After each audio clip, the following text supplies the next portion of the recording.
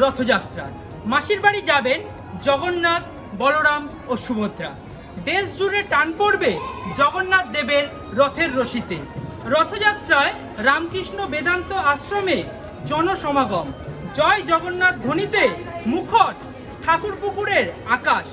রামকৃষ্ণ বেদান্ত আশ্রমের রথযাত্রাকে আকর্ষণীয় এবং নিরাপদ করতে প্রশাসনের নজরদারি জোর কদমে চলছে।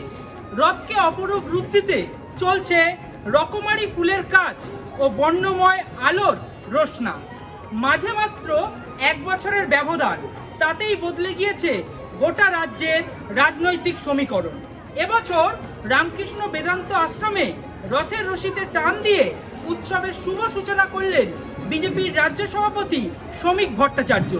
এদিনের অনুষ্ঠানে উপস্থিত ছিলেন স্বামী শিবেশ্বরানন্দ মহারাজ সহ বিশিষ্ট ব্যক্তিবর্গরা। আর এই মুহূর্তে আমি দাঁড়িয়ে রয়েছি রামকৃষ্ণ বেদান্ত আশ্রমে। আমি আমার চিত্রসাংবাদিকের ছবিটা দেখাতে বলবো। দেখতেই পাচ্ছি ইতিমধ্যেই রামকৃষ্ণ বিবেকানন্দ যে আশ্রম রয়েছে, বেদান্ত আশ্রম, সেখানে কিন্তু যারা রয়েছে তারা কিন্তু সেই দেব শিশুরা তারাও কিন্তু ইতিমধ্যেই রয়েছে। দেখতে পাচ্ছি একেবারে যে ছবি দেখাচ্ছি ইতিমধ্যেই রামকৃষ্ণ বেদান্ত আশ্রমের যে দেব শিশু তারা কিন্তু ইতিমধ্যেই রয়েছে। এবং আজকে রথযাত্রা উপলক্ষে কিছুক্ষণ আগেই কিন্তু বিজেপির রাজ্য সভাপতি শ্রমিক ভট্টাচার্য তিনি এসেছিলেন।